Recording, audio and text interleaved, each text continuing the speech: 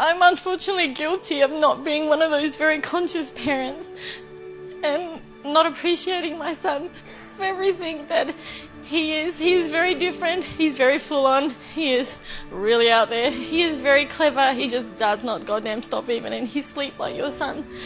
And I don't know how to deal with that shit sometimes, and I just lose it. And we were talking last night about how we speak to our son. And I know I'm not a bad mum. I know that I only did what I knew then. Yeah. How old's your son? He's 8. Beautiful. Do you know the best thing about this scenario right now? What? Do you know when a child's brain becomes fully developed? When they're about 10. No, 28. Oh, 20, oh thank God, I could fix it. Yeah, you can. But here's what we need to understand as parents. Kids are loud, they're messy, they're all over the place, they're intense, and that's how kids are supposed to be. Kids aren't supposed to be well behaved.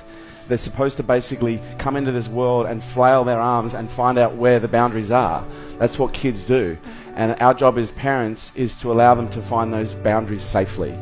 And sometimes it's hard because what kids do is they come into this world and they behave in ways that press our buttons because we see so much of ourselves, in those children. What our kids need more than anything else is they need to learn how to regulate. Most of you who don't know how to regulate is because your parents never demonstrated it to you. Because when a child is having a meltdown, what do most parents typically say? Stop it. Just stop it. For God's sake, stop it. Go to your room. I'm sick of hearing you carrying on. Whereas what a child needs in those moments is a nice, calm parent in the midst of a shitstorm is just to get down on one knee and grab them and bring them in and just hold them and say, it's going to be okay. Just breathe. Just breathe. A child can feel the quality of your presence. And if you're just being with a child, but you're not present with a child, they will literally behave in all sorts of abstract ways because all they want is to feel your presence. Because every time you get pissed off, they may not get the form of presence that they want, but they get the energy. They get the connection. It might be a fit of rage, it creates more pain, but there's a part of them that goes, finally, I'm connected.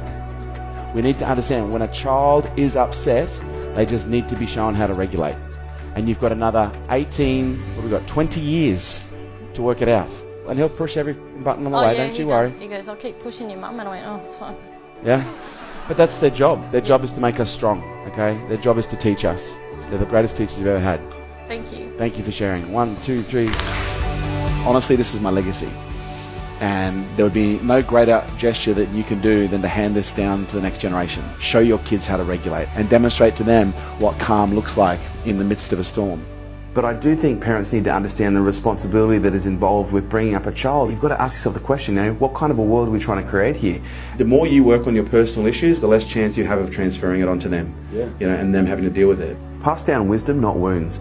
The greatest opportunity our kids have is by learning through the best example that we can give them. Our species really is dependent right now on a new generation of thought leaders coming through who are healthy, who are happy, who are balanced, who can look at things in a more conscious way and make better decisions than some of the decisions we're making right now collectively. I look at my business, I look at everything else, and he's my greatest legacy. I don't see myself leaving behind money. I'm leaving behind this incredible human being that if I condition, support, train and coach properly, he's going to be able to create and affect 10 times the change that I have in my lifetime.